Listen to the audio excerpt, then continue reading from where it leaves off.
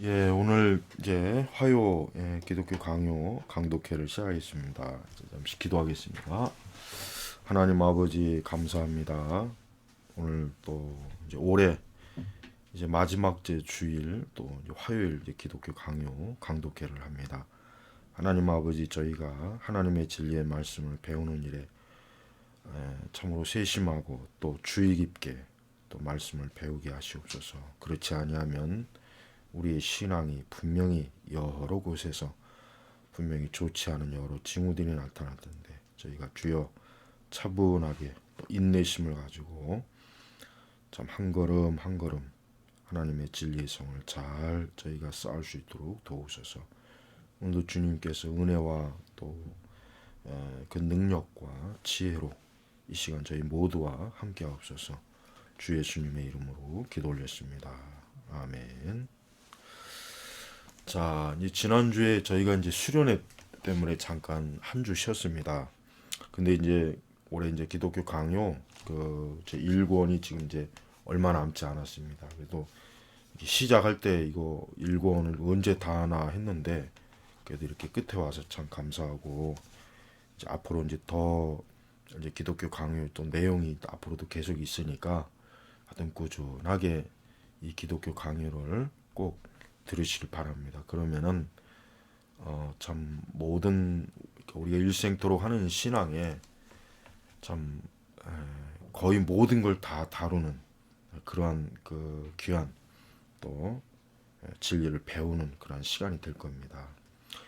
이제 앞으로 이제 존 칼빈의 기독교 강요가 이제 중요하지만 앞으로 이제 프란시스 뚜레틴의 이제 기독교 강요가 또 있어요. 그것도 굉장히 좋아요. 물론 이제 아마도 이제 이 책을 하는 중에 그 책도 이제 아마 번역이 돼서 아마 나올 것 같아요. 그러니까 이제 먼저는 이제 칼빈의 기독교 강요를 하고 그 다음에 이제 뚜레틴의 뭐 기독교 강요라든가 뭐 그런 여러 다른 것도 있고 이제 또 뭐 한다음에 이제 뭐 그 기독교 세계관을 또 이제 그동안 하지 않은 여러 가지 것들을 좀 타면 참 좋죠. 자, 이제 지난 시간에 이어서 이제 7장 섭리 교리를 어떻게 적용해야 우리에게 큰 유익을 줄 수 있는가 해서 열 번째 그 코너를 보겠습니다. 그 제목에 보면은 하나님의 섭리에 대한 확신이 없으면 삶은 견디기 힘들 것이다. 예. 참 너무나 아주 우리가 실천 신앙생활 하는데 굉장히 아주 그 피부에 와 닿는 그러한 그 교리를 지금 다루고 있습니다. 자, 그러므로 경건한 자들의 마음에는 측량할 수 없는 행복이 있는 것이다.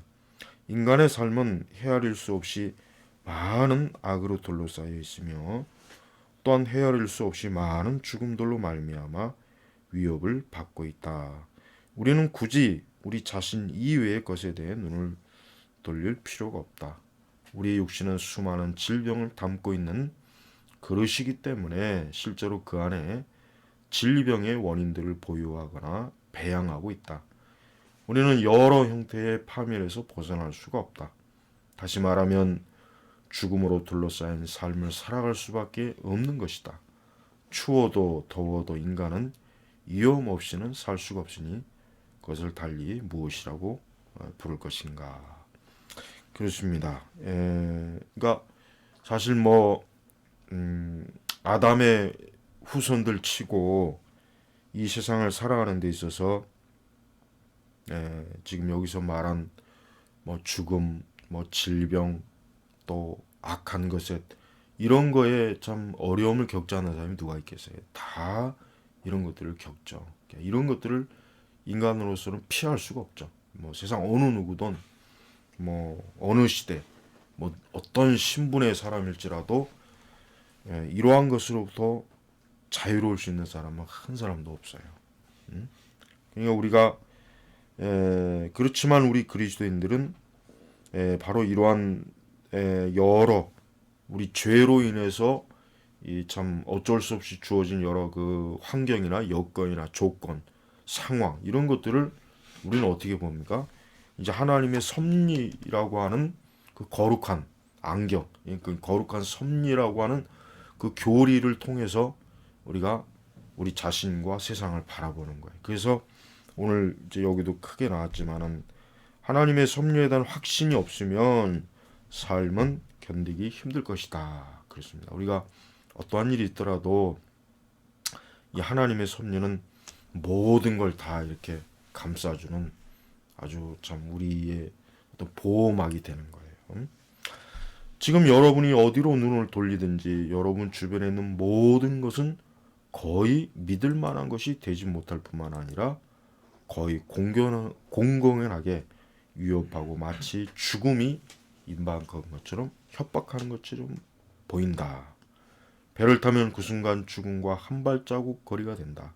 말을 타도 한쪽 발이 미끄러지면 생명이 이렇게 위태롭게 된다. 도시의 거리에도 지붕 위의 기아장만큼 많은 위험들이 도사리고 있다. 만일 여러분이나 친구의 손에 무기가 있다면 상처를 입게 되는 일이 생기게 된다. 눈에 보이는 맹수들은 당신을 물어 죽이려고 만반의 준비를 하고 있다. 또한 당신이 벽으로 두른 아름답게 보이는 정원에 들어가 있다고 해도 때로는 그곳에 독사가 숨어 있다. 그러니까 지금 칼빈이 얘기하는 게 뭡니까? 사실은 뭐 우리 사람을 해롭게 하는 위험이나 위협적인 것들이 어때요? 모든 것이 있다는 거예요. 모든 것.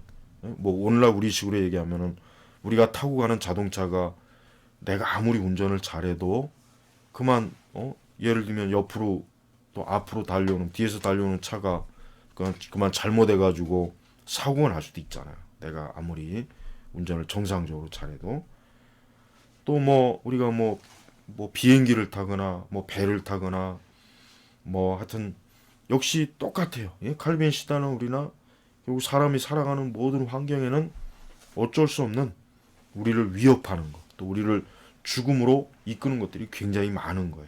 또 그뿐이겠습니까? 뭐 몸에 질병도 있죠. 예. 내가 오늘은 건강해도 내일은 무슨 사고가 나거나 아니면 질병이 나서 쓰러질지 아니면 죽을지, 예? 그거는 누구도 모르는 거거든요. 그건 장담할 수가 없죠. 어느 누구도. 자, 여러분의 집은 항상 불이 날 위험이 있어서 낮에는 집이 없어지지 않을까, 밤에는 우리로 무너지지 않을까 하는 걱정을 하게 만든다. 여러분의 밭도 우박과 서리, 가뭄 그리고 그 밖의 재난의 속수무책이기 때문에 여러분들을 황폐와 기근으로 위협하고 있다. 나는 여기서 독살, 매복, 약탈과 공개적인 폭력 등에 대해서는 언급하지 않으려 한다. 이러한 것들은 종종 일부는 집에서 우리를 괴롭히고 또 일부는 밖에서 몰래 따라다닌다. 이러한 고난 가운데서 살아가는 인간은 매우 비참하다. 그러니까 여러분 칼빈 같은 이런 그 참 위대한 신학자, 위대한 목회자도 이러와 같은 인간의 현실적인 이러한 아픔이나 고통이나 위협 이런 것들에 대해서 굉장히 잘 아는 사람이었어요. 마치 뭐 이런 대단한 신학을 또 참 신앙을 갖고 있는 분들은 이런 것들에 대해서 초월하겠지라고 하겠지만 그렇지 않은 거예요. 그러니까 그만큼 인간의 실제담에 대한 삶에 대한 그 참 이해력, 그것들을 잘 이해하고 알고 있다고 하는 것을 여기서 우리가 알 수 있는 거예요. 그러니까 절대 칼빈이 지금 다룬 이런 것들은 뜬금없는 소리가 아니에요. 실제적으로 칼빈 자신도 이런 어려움이나 고통이나 환난을 너무 잘 알고 해요. 잘 알기 때문에 그러한 가운데서 어떻게 하나님의 백성들을 진리로 위로할까, 소망을 줄까, 그렇게 깊이 나름대로 생각하고 연구한 가운데 이런 글들을 우리에게 남겨준 것입니다. 자, 왜냐하면 살아있으나 반쯤은 죽은 것 같은 인간은 마치 모기에 계속 죽음의 칼이 걸려있는 것처럼 불안하고 활기 없는 숨을 간신히 내쉬고 있기 때문이다. 그러면 여러분은 이렇게 말할 것이다. 즉 이런 일들은 드물게 일어나거나 적어도 언제나 일어나는 일도 아니고 또 모든 사람에게 일어나거나 한꺼번에 일어나는 일도 아니라는 것이다. 물론 나도 이 사실을 인정한다. 그러나 우리는 다른 사람들의 신뢰를 통해서 그러한 일들이 우리에게 또 일어날 수 있고 또 우리의 생애가 그들과 달리 예외가 될 수 없다는 경고를 받고 있다. 그러므로 우리는 마치 이런 일들이 우리에게서도 일어날 수 있는 것처럼 놀라워하고 두려워하지 않을 수 없게 된다. 그러므로 이러한 공포보다 더 두려운 재난을 상상할 수 있는가? 더욱이 만일 하나님께서 피조물 중에 가장 고상한 존재인 인간을 온갖 맹목적이고도 우발적인 운명의 공격을 받도록 내버려 두셨다고 한다면 우리는 하나님을 비난하는 죄를 범하게 될 것이다. 그러나 여기서 나는 인간이 운명의 지배를 받게 될 경우 느끼게 될 비참함에 대해서만 언급하려고 한다. 우리는 즉 우리 그리스도인들이라고 하도 또 우리 신앙을 가지고 있는 우리 신자들이라도 해도 이 땅에서 이런 모든 일들을 우리가 다 비껴가거나 우리에게는 이런 일이 안 생기겠지. 사실 그럴 수는 없는 거예요. 그렇지. 그러나 우리는 이제 계속 보면 알겠지만은 그렇다고 해서 우리가 어떤 맹목적이고 우연적인 요소에 의해서 우리가 그렇게 취급되는 건 아닌 거예요. 그게 바로 섭리교리를 알아야 될 이유는 뭐냐면 어떠한 것이든지 하나님의 섭리와 하나님의 그 인도와 주권, 하나님의 그 계획과 뜻이 다 우리뿐만 아니라 하여튼 모든 이 세상의 피조 영역 속에 철저하게 하여튼 다 녹아 들어가 있어요. 자, 그래서 이제 11번 11번째 하나님의 섭리에 대한 확신은 기쁜 마음으로 하나님을 신뢰하게 만든다. 자, 그러나 하나님의 섭리의 빛이 일단 경건한 자에게 비칠 때 그는 이전에 자신을 짓누르고 있는 극단적인 불안과 두려움뿐 아니라 모든 염려에서 구출되어 자유함을 얻게 될 것이다. 이게 바로 우리 그리스도인들의 특권입니다. 여러분, 하나님의 자녀가 되는 이 권세가 뭐겠어요? 바로 하나님의 섭리의 빛. 우리가 주일 오전에 여호와는 나의 빛이다, 나의 빛이라 그랬고 나의 구원이시다 그랬어요. 바로 그거예요. 그러니까 경건한 사람은 그러니까 하나님을 믿게 되면은 그 이전에는 이런 극단적인 불안, 두려움, 정말 어떤 초조함, 그냥 예측할 수 없는 어떤 이 세상에 대한 어떤 모든 것들에 대해서 많은 사람들이 언제나 늘 그 속에서 겉으로 표현하지 않을지라도 늘 그 심령이 불안하고 그 정신적으로 항상 압박을 받고 그런데 그렇다 할지라도 바로 하나님의 섭리의 빛, 즉 하나님의 자녀가 되어서 하나님의 섭리적인 돌봄을 받는다는 것을 이제 알게 되고 그것을 누리는 사람은 어때요? 바로 모든 염려에서 구출되어 자유함을 얻는 거예요. 자유함. 이게 바로 하나님의 자녀의 권세입니다. 이게 권세예요. 그러니까 우리가 이게 하나님을 믿는다고 하는 것은요, 그 믿음이라고 하는 건 그냥 믿음 자체로 끝나는 게 아니라 하나님께로부터 주어지는 하나님의 그 거룩한 사랑, 돌보심, 은혜, 또 매사에 하나님이 손에 모든 우리의 삶 자체가 달려 있다는 거, 이걸 이제는 알게 되니까 어때요? 이제는 평안이죠. 이제 더 이상 불안이나 초조함이나 어떤 알 수 없는 무언가의 압박을 받는 이런 것들이 없는 거예요. 지금 이런 것들을 칼빈이 더 지금 잘 설명하기 위해서 정확하게 지금 얘기하고 있습니다. 자, 왜냐하면 그가 당연히 운명을 두려워하는 것처럼 이제는 두려움 없이 자신을 하나님께 맡기기 때문이다. 그렇죠? 그러니까 전에는 뭔가 알 수 없는 운명이니 어떤 상황이나 이런 것에 그냥 맹목적으로 나 자신이 이렇게 떠돌아 다녔다면 이제는 하나님의 그 손에서 아주 철저하게 보호를 받는 거예요. 하나님의 손에서. 예를 들면 우리가 그 사도행전에 보면요, 바울이 이제 로마로 이렇게 압송이 되어 가요. 배를 타고. 그러다가 이제 배가 막 풍랑이 일어가지고 그냥 사람들이 불안하고 두려워했잖아요. 그러나 바울은 하나님께서 그에게 너와 너에게 속한 그 모든 사람들이 안전하게 될 것이다. 그러니까 바울은 어때요? 하나님께서 자기를 지키시고 돌보시고 자기를 향한 하나님의 뜻이 다 이루어지기 전까지는 절대 죽음을 보지 않거나 지금 어떤 해를 입지 않는다. 그런 것을 하나님께로부터 확신을, 그런 걸 하나님께로부터 알게 됐단 말이에요. 그래서 바울은 그때 다른 사람들을 오히려 그 죄수가 오히려 그 다른 그 참 죄수가 아닌 그들을 위로하고 다독거리고 그들의 불안한 심령을 다 어루만져주고 해서 그렇게 그 가는 걸 그 장면이 사도행전에 있단 말이에요. 바로 그거예요. 그러니까 세상 사람들은 닥쳐오는 모든 것도 앞으로 혹시 올지 모르는 어떤 것들을 예측하고 예상하면서 그냥 막 안절부절하죠. 두려워하죠. 그러니까 그런 것들에 대해서 뭔가 초조해한단 말이에요. 그건 당연한 거 어쩔 수 없어요. 그들은 그들 자신이 주인이고 그들 자신이 자기의 신이고 자기를 스스로 주관한다 그렇게 생각하고 있거든요.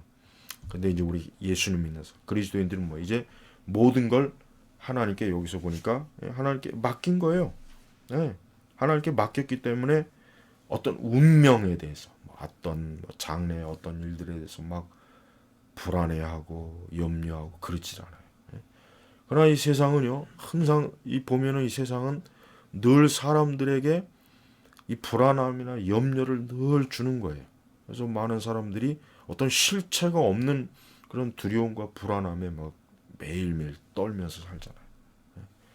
우리가 이 참 신앙을 가지고 있는다는 것은 실제적인 참 우리 사람에게 굉장히 큰 복이에요. 그냥 어떤 거짓 위로가 아니죠. 없는 위로를 그냥 억지로 막 이렇게 뭐 꾸며댄 게 아니라 하나님이 정말 살아계시고 그분이 세상과 우리 모든 개인을 지배하시고 특히 하나님의 자녀들 백성들을 하여튼 눈동자같이 보호하신다는 거 이걸 우리가 알고 있잖아요. 이걸 말씀에서 우리가 확증받잖아요. 그러니까 우리는 어떤 허망한 토대 위에서 우리는 안심을 하는 게 아니라 진짜 든든한 반석, 정말 무너지지 않는 반석 위에 우리는 서 있는 것입니다. 자, 그래서 말하자면 경건한 자는 하늘에 계신 그의 아버지께서 만물을 그의 권능으로 붙드시며 그의 권세와 뜻에 의해 다스리시며 그의 지혜로 통치하시기 때문에 그 어떤 일도 하나님의 결정이 없이는 일어나지 않는다는 것을 알게 될 때 위로를 받을 수 있다. 가장 핵심적이네, 핵심적.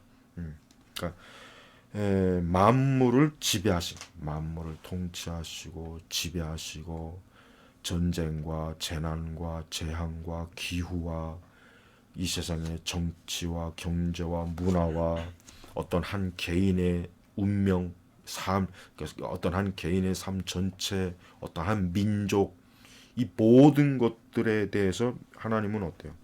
그분이 좀 통치하고 다스리는 거예요. 우리는 그걸 알고 있어요. 우리는 이 하나님의 그 지금 그런 권세와 지배를 알고 있기 때문에 우리 신자들은 요동하지 않는 거예요. 더군다나 그리스도 안에서 우리를 구원했는데 하나님께서 우리를 버리십니까? 우리를 외면하시겠습니까? 우리를 뭐 그냥 알아서 너희들이 이제 가라 그러지 않잖아요. 철저하게 하나님은 아주 한 걸음 한 걸음 우리가 어떤 사람이 마음으로 무엇을 계획할지라도 그 걸음을 인도하시는 분은 여호와시니라. 잠언에 나와 있죠. 맞아요.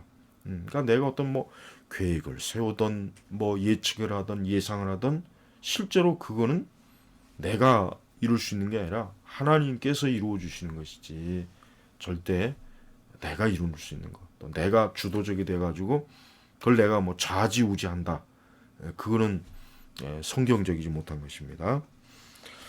자, 더욱이 하나님께서는 자신을 안전하게 보호하시고 천사들로 하여금 돌보게 하셨다는 것과 통치자신 하나님께서 기회를 주지 않는 한 물이나 불, 새가 결코 자신에게 해를 줄 수 없다는 것을 아는 것도 그에게 위로가 된다.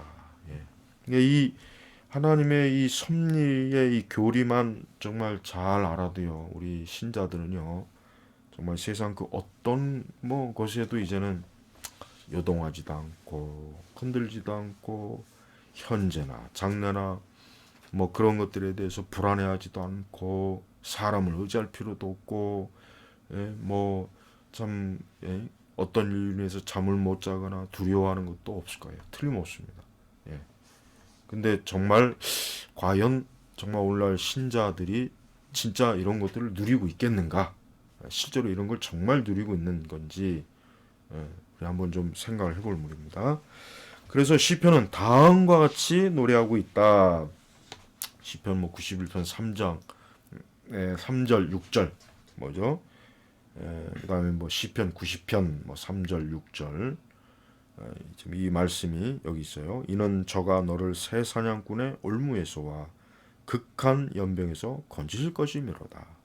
저가 너를 그 기수로 덮으시리니 내가 그 날개 아래 피어리로다. 그의 진실함은 방패와 손방패가 되나니 밤의 놀램과 낮에 이르는 살과 감중에 행하는 연병과 백주에 황폐케 하는 파멸을 두려워 아니하리로다. 근데 이 시편 저자가 지금 왜 이런 시를 왜 썼겠어요? 어떻게 썼겠어요? 실제로 자신이 하나님의 그 보호하심으로 이와 같은 그 여러 그냥 참 엄청난 재앙에서 참 보호를 받았기 때문에 그걸 아는 거예요. 또한 여기서부터 성도들이 기뻐하시는 확신이 그들 안에서 생겨난다. 그래서 제가 지난 시간에 시편을 주일날 그랬죠. 새해가 되면은 성경을 순서대로 읽지 말고 시편부터 읽으라 그랬잖아요. 왜냐하면 누구나 다 연말이 되고 연초가 되면은 막 두려워해요. 불안해하고. 우리 성도들도 그래요. 성도들도. 우리 믿는 사람들도 또 이렇게 한 해가 또 가고 새해가 오면 뭔가 모르게 좀 마음이 괜히 막 우울하고 막 침체가 되고 막 뭐 그런 게 있을 거예요. 있어요. 그래서 이제 시편을 읽어보라고 하는 거예요. 여기도 이 기독교의 책에도 보십시오. 여호와는 내 편이시라. 시편 118편 6절. 또 시편 27편 1절. 지난 그 우리 주일날 봤던 내게 두려움이 없나니 사람이 내게 어찌할꼬. 또 군대가 나를 대적하여 진칠지라도. 또 시편 23편 그 유명한 그 다음에 뭐 이런 거. 여러분 이런 그 시편의 말씀을 보면요, 이 성경은 굉장히 그러니까 성경은 우리가 두 가지 용도로 성경을 읽으면 돼요. 첫째는 우리의 구원입니다. 우리의 구원. 인간이 가장 중요한 뭐예요? 구원이잖아요. 구원. 죄에서 구원받지 못하면 그건 아무것도 시작한 게 아니에요. 죄에서 구원받는 게. 또 하나는 뭐냐면 구원받은 이후에 하나님의 자녀예요. 하나님의 백성이에요. 그럼 뭡니까? 바로 그 하나님의 보호와 인도와 주권적인 뜻에 의해서 우리는 살아가게 되는 거예요. 그러니까 성경은 그 두 가지로 확실하게 얘기해줘요. 두 가지. 그러니까 우리 성도들은 사실 뭐 다른 데 가서 뭐 지혜를 얻을 필요가 사실 없습니다. 자신 데 가서 뭐 인생에 대한 뭐 어떤 지혜나 인생에 대해 어떻게 사는지에 대해 배울 필요가 없어요.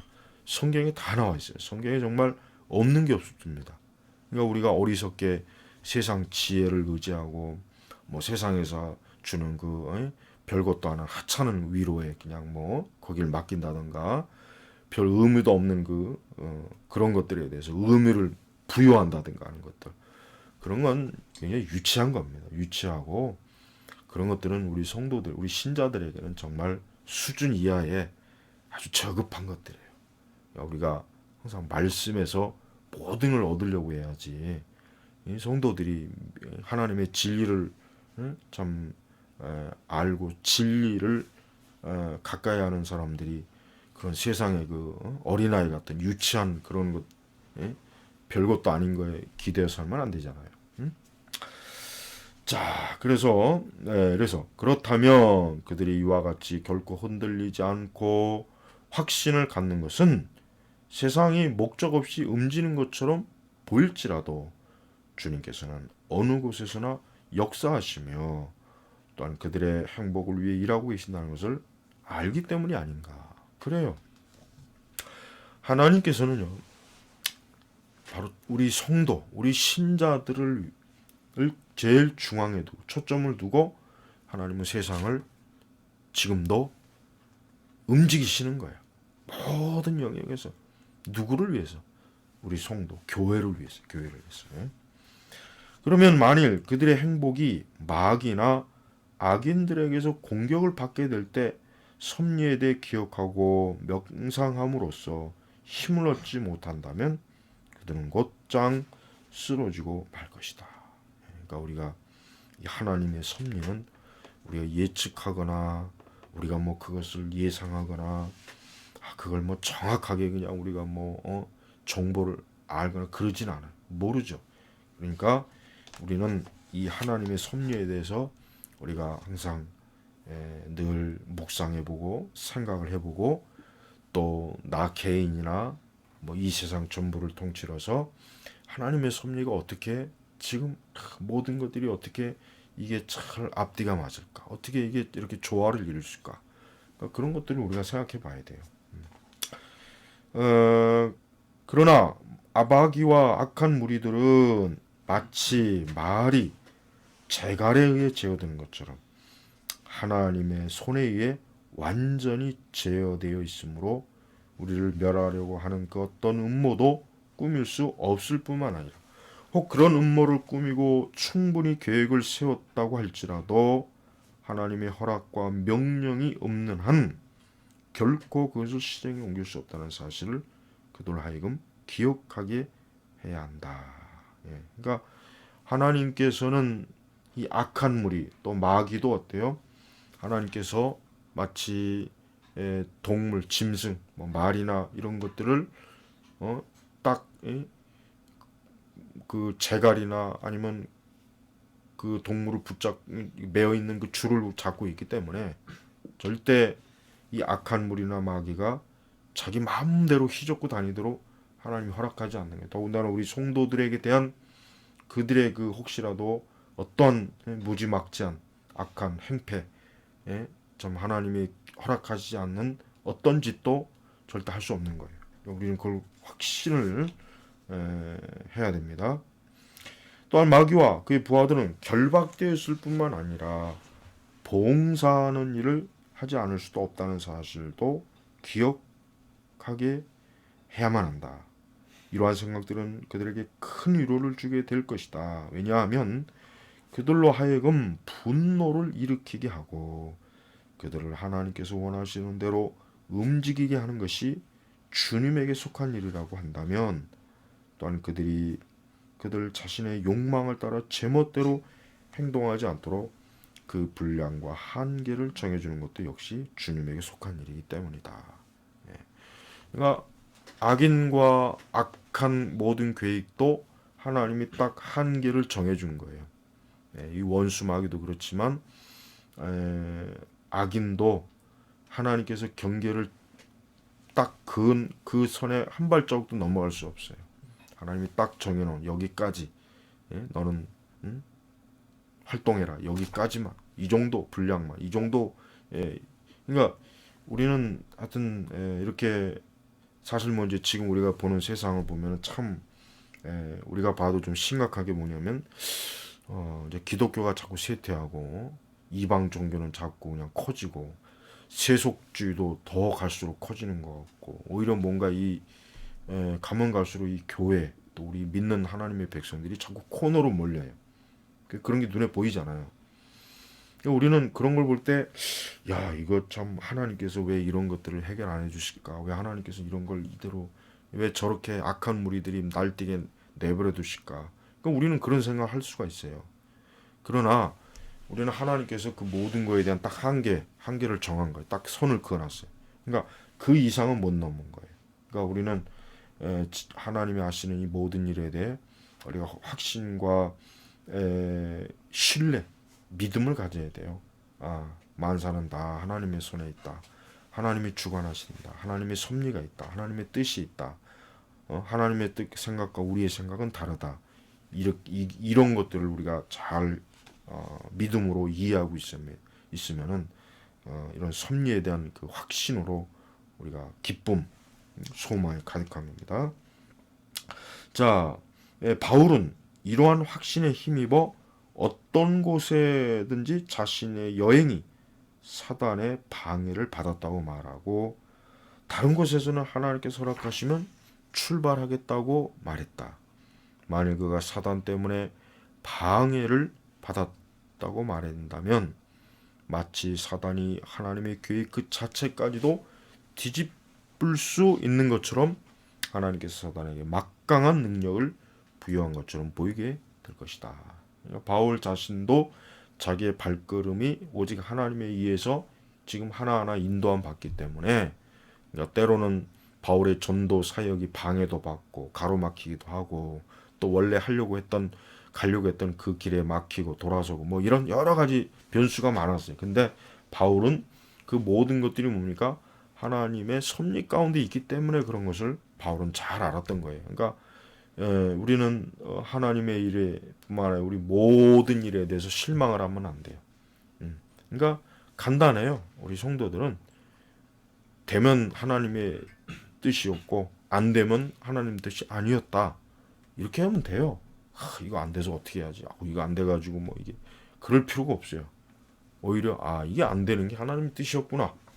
감사하고 인내하고 또 시간을 기다리고 하나님의 때를 하나님의 섭리를 의지하면은 결국 시간이 지나 보면은 내가 원래 생각했던 거, 내가 원래 계획했던 것보다 훨씬 더 잘 이루어진단 말이에요. 그러니까 그리스도인들은 낙심이라고 하는 게 있을 필요가 없어요. 뭐 안 된다고 해서 뭐 그 뜻이 안 이루어졌다고 해가지고 뭐가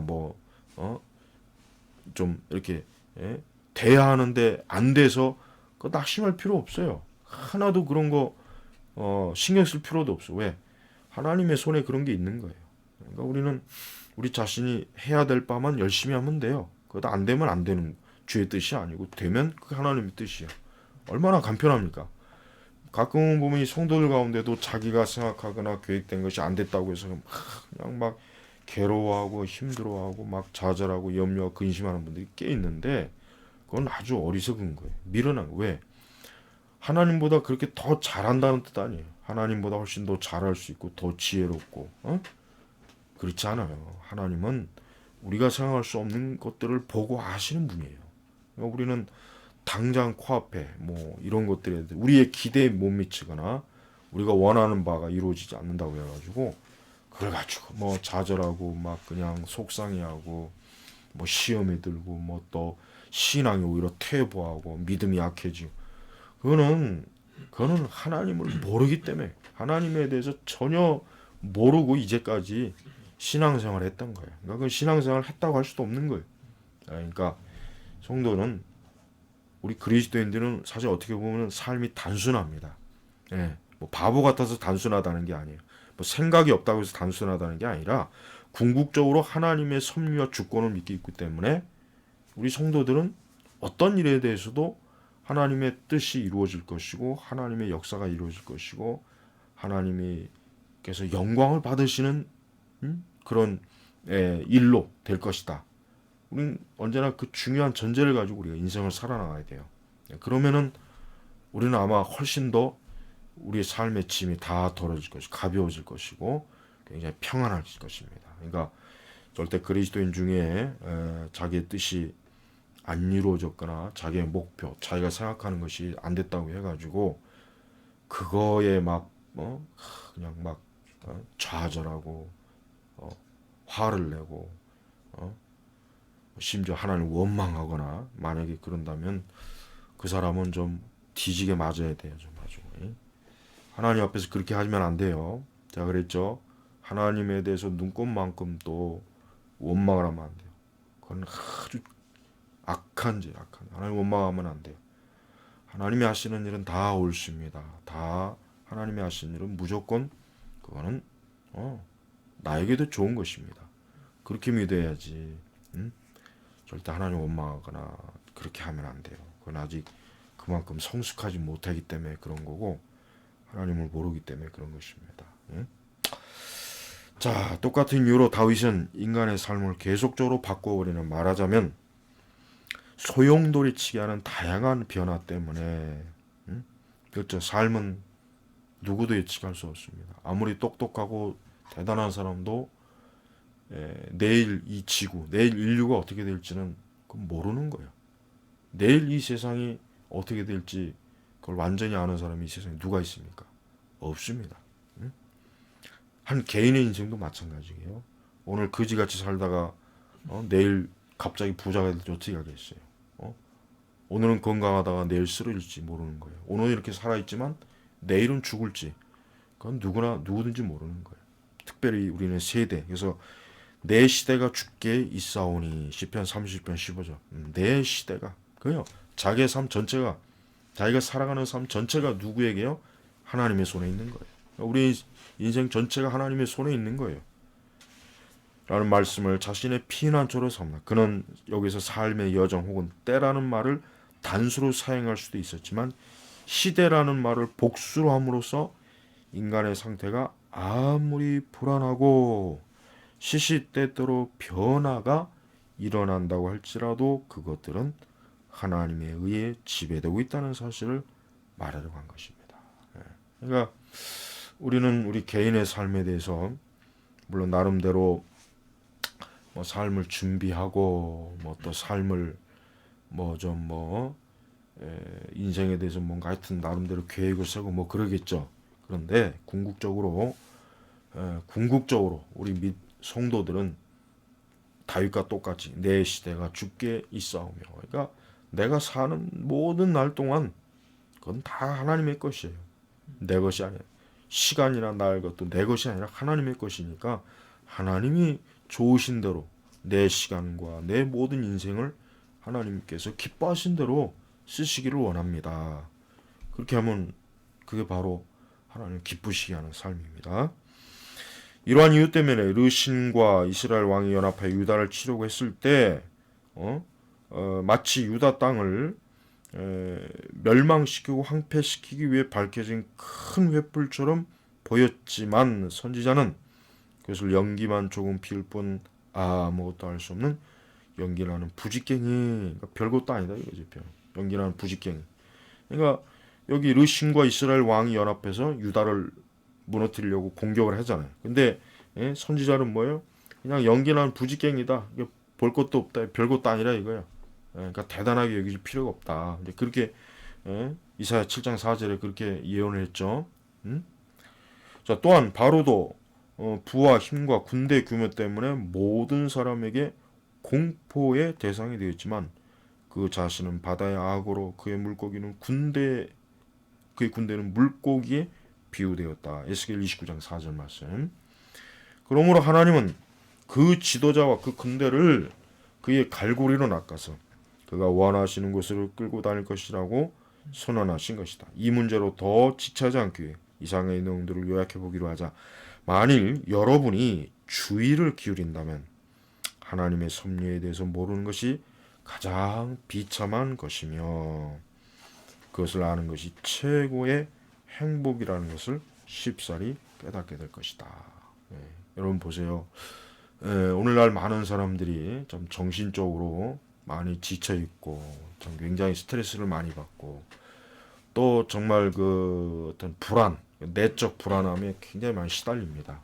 그게 이제 오늘 우리가 사는 이 참 풍요한 시대, 이 도시 사회, 이 또 어떤 육적인 그 그냥 많은 재미와 즐거움을 추구하는 시대, 또 굉장히 그 쾌락주의를 추구하는 시대의 그 특징이란 말이에요, 특징.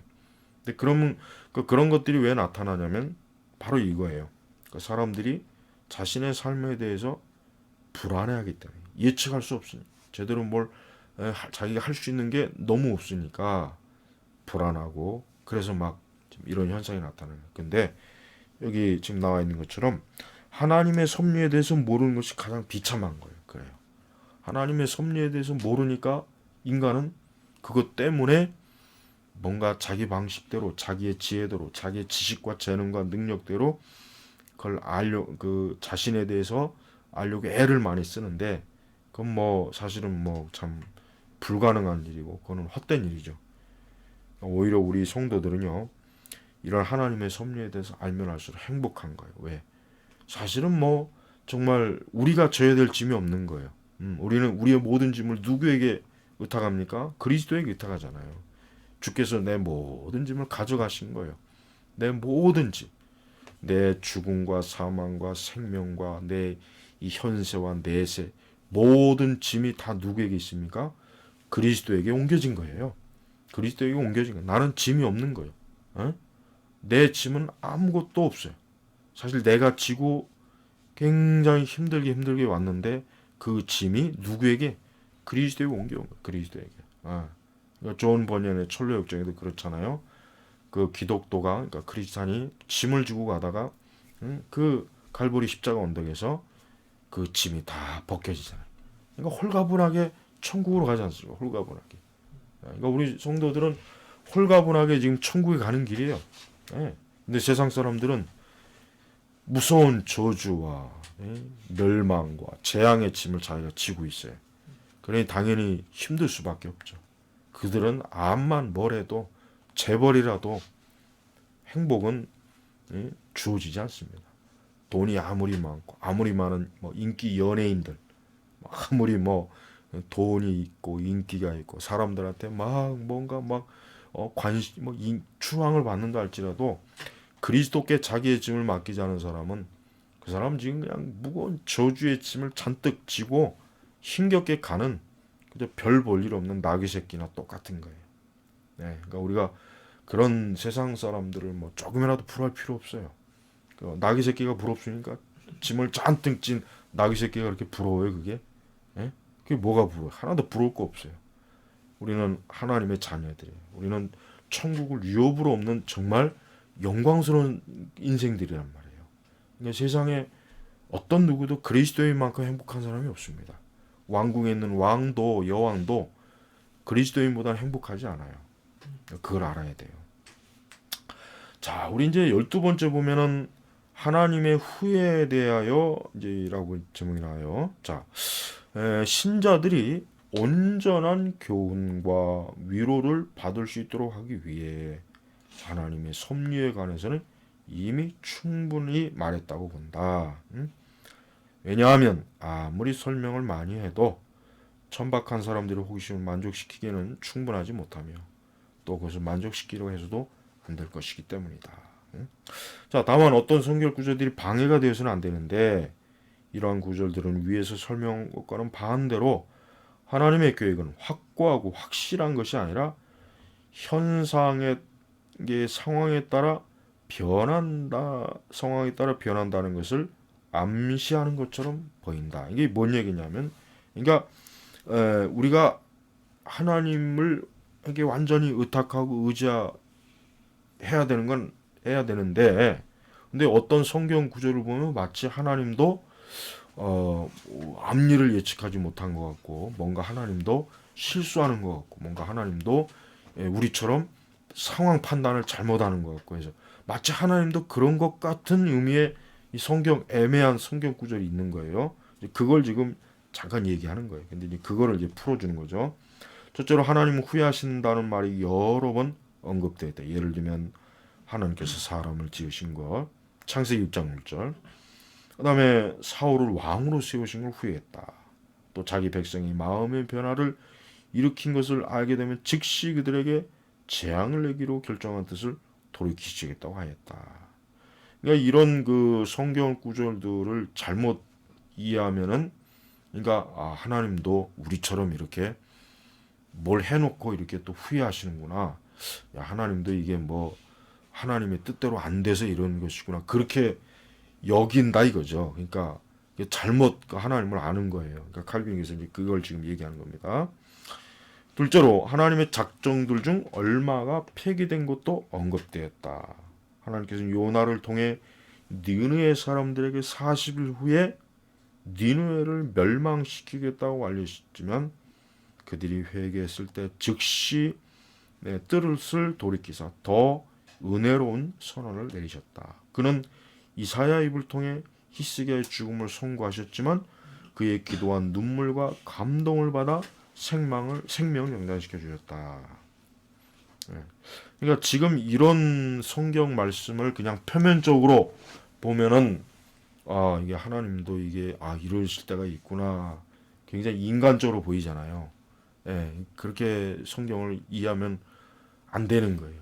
그래서 신학이 필요한 거예요. 그래서 성경만 있으면 된다라고 하는 그 무식한 사람들은 이런 구절들을 가지고 잘못 해석해서 그래서 이단이 되는 거고 사이비가 되는 거예요. 그러니까 성경만 가지고 신앙생활 한다는 사람만큼 위험한 사람은 없어요. 그 사람은 실제로 성경을 모르는 사람이에요. 그러니까 그런 말을 하는 거예요.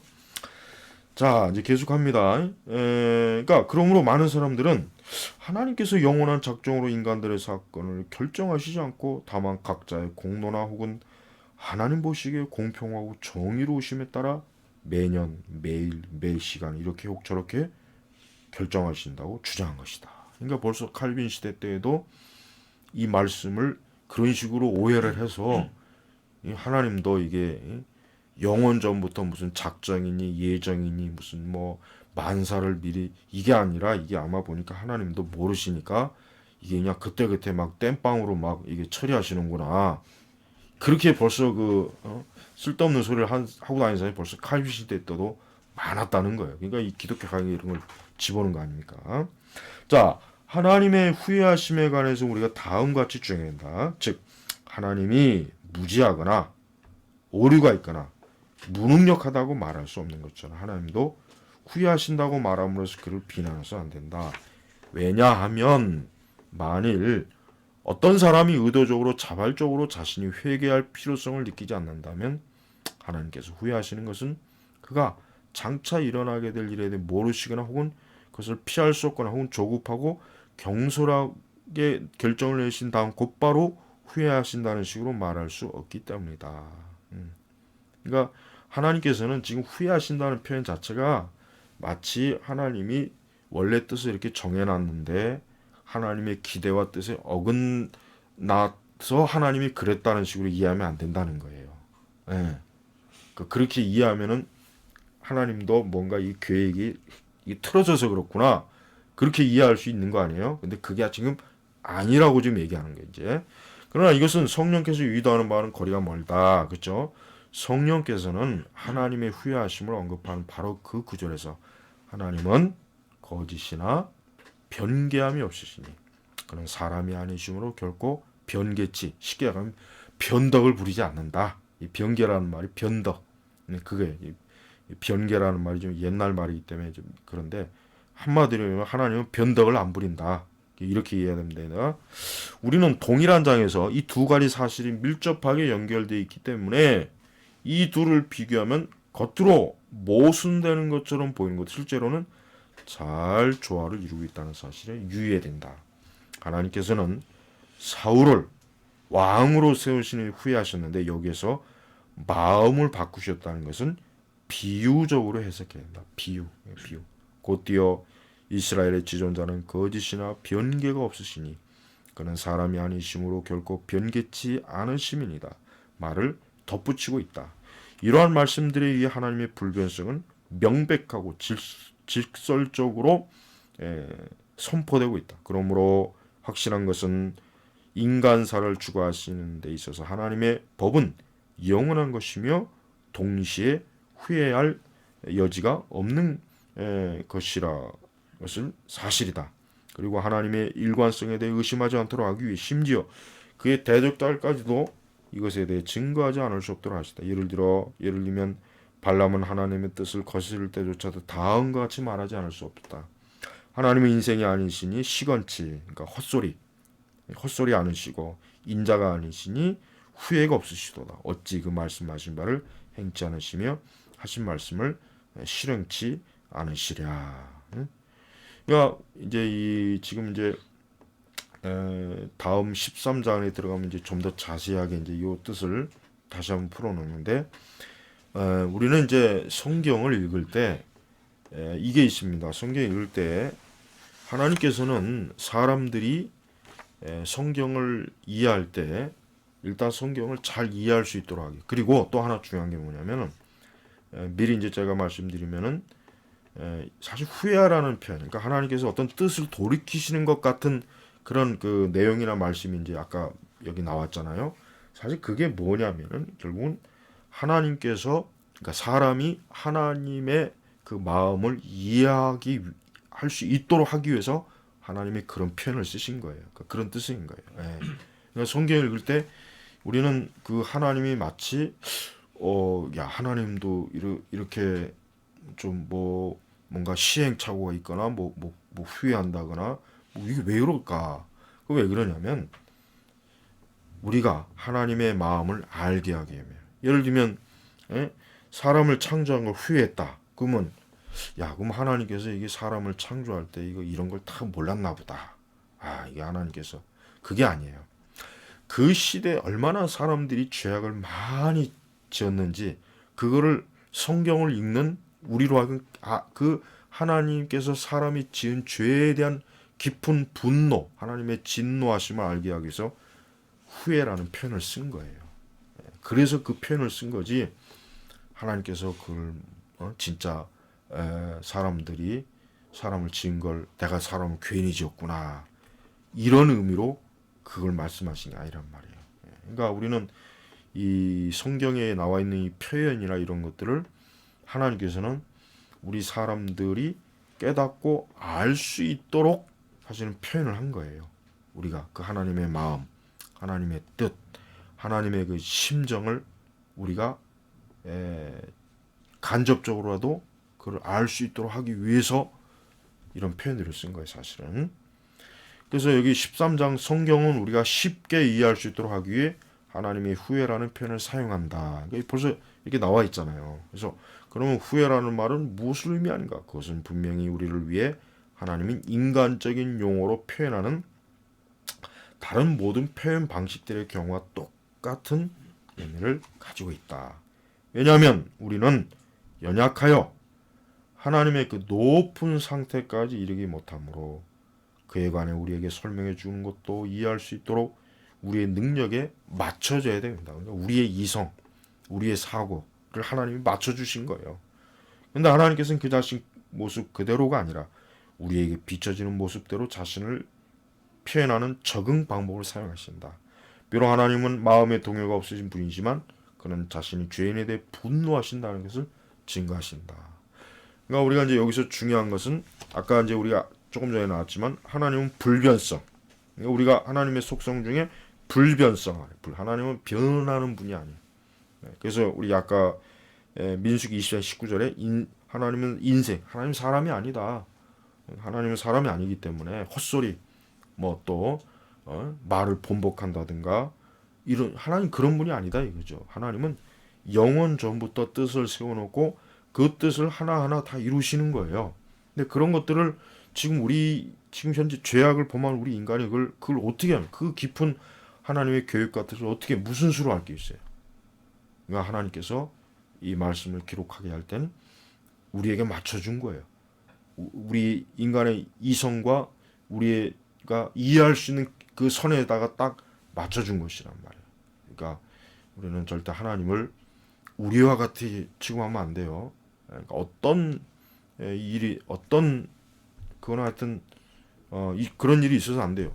하나님은 마치 나와 똑같이 이게 참 문제예요. 그러니까 사람이 하나님은 나와 비슷하겠지, 똑같겠지. 자꾸 은연중에 그런 생각을 해요. 그게 아주 어리석은 거예요. 감히 어떻게 우리가 하나님 창조주와 피조물이 어떻게 감히 비슷하거나 뭐 조금 근접하거나 그럴 수 있습니까? 그런 꿈도 꿀 수 없는 일. 그러니까 감히 하나님에 대해서 그런 생각하지 말고 하나님은 지극히 높으신 분, 그 지혜가 완전하고 능력이 완전하고 그분이 하시는 일은 아주 퍼펙트해. 100%예요. 그냥. 그러니까 하나님은 요동이 없어요. 그러니까 우리가 이 하나님의 그 행하시는 영광스러운 능력과 권능을 그래서 우리가 많이 묵상을 해야 돼요. 그래야지 그렇지 않으면은 하나님을 마치 사람처럼 뭐 나와 비슷하거나 우리보다 조금 나은 분 그렇게 여긴다면은 그건 하나님에 대해서 아주 크게 모독을 하는 것입니다. 그러므로 우리는 하나님께서 분노 하신다는 말을 들을 때마다 하나님 안에 어떤 감정이 있는 것으로 상상해서는 안 되며 다만 이러한 표현이 우리 자신의 인간적 경험으로 또 취해진 것으로 생각해야 된다. 왜냐하면 하나님께서는 그의 심판을 집행하실 때는 분노로 불타오르는 것 같은 모습을 보이시기 때문이다. 그러면 우리는 후회라는 말을 행동의 변화를 의미하는 것으로만 이해한다. 왜냐하면 인간은 자신의 행동을 변화시킴으로써 자신이 불쾌하다는 것을 입증하려는 경향이기 때문이다. 따라서 인간들 속에 일어나는 변화는 모두가 그들을 불쾌하게 만드는 것을 교정하는 것이지만 그 교정은 후회에서 비롯되는 것이기 때문에 후회라는 말을 하나님께서 자신의 행동의 변화를 일으키는 것을 의미한다. 그러니까 이 하나님께서는 어떠한 것을 행하실 때 그 지금 행하시는 것을 우리로 하여금 이해하도록 하기 위함이에요. 우리로 하도록 이해. 그러니까 홍수 심판도 바로 하나님이 인간의 창조를 후회하셨다. 그 뒤에 이제 하나님의 홍수 심판이 나오죠. 그러니까 우리는 하나님께서 홍수 심판을 행하는 것을 좀 더 하나님의 그 마음을 이해할 수 있도록 하나님이 그렇게 후회라는 표현을 거기서 그렇게 쓴 거예요. 그래야 야 하나님께서 인간의 죄악에 대해서 얼마나 하나님께서 크게 그것을 다루셨으면 이 홍수 심판을 결국 일으키시는구나. 그걸 징벌을 주시는구나 하는 걸 우리가 더 잘 알 수 있는 거예요. 예. 그러니까 우리는 여기 나와 있는 것처럼 한편 하나님의 계획이나 그의 뜻은 번복되지 않을 뿐만 아니라 그의 의도도 그러니까 의도도 변경되지 않는다.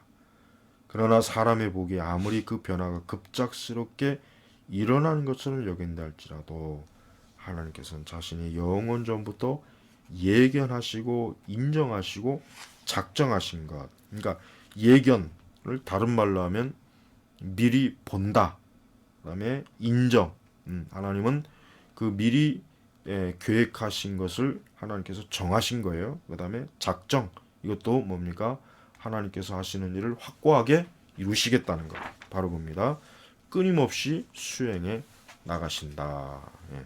그러니까 오늘 이렇게 13장까지 지금 하게 되는데 이제 다음 14장 들어가면 좀 더 자세하게 이 부분을 나옵니다. 그러니까 우리는 이 하나님의 섭리가 굉장히 쉽지 않습니다. 그래서 어려운 교리입니다. 우리가 우리 이성으로 다 파악할 수는 없어요. 그러나 적어도 이러한 교리 공부를 통해서 앞으로 우리는 성경 읽을 때나 우리 내 자신이나 우리 이 세상을 볼 때 야 하나님의 섭리적 이 사역과 능력과 지혜라고 하는 것이 이런 것이구나라는 걸 그래도 어느 정도 알 수가 있습니다. 오늘 다시 한번 들은 걸 잘 한번 생각해 보시고 읽어 보시면서 귀한 이 교리를 더 풍성하게 좀 깨닫기를 바랍니다. 기도하겠습니다. 하나님 아버지 감사합니다. 오늘 저희 제네바 개혁교회 기독교 강독회를 이제 마칩니다.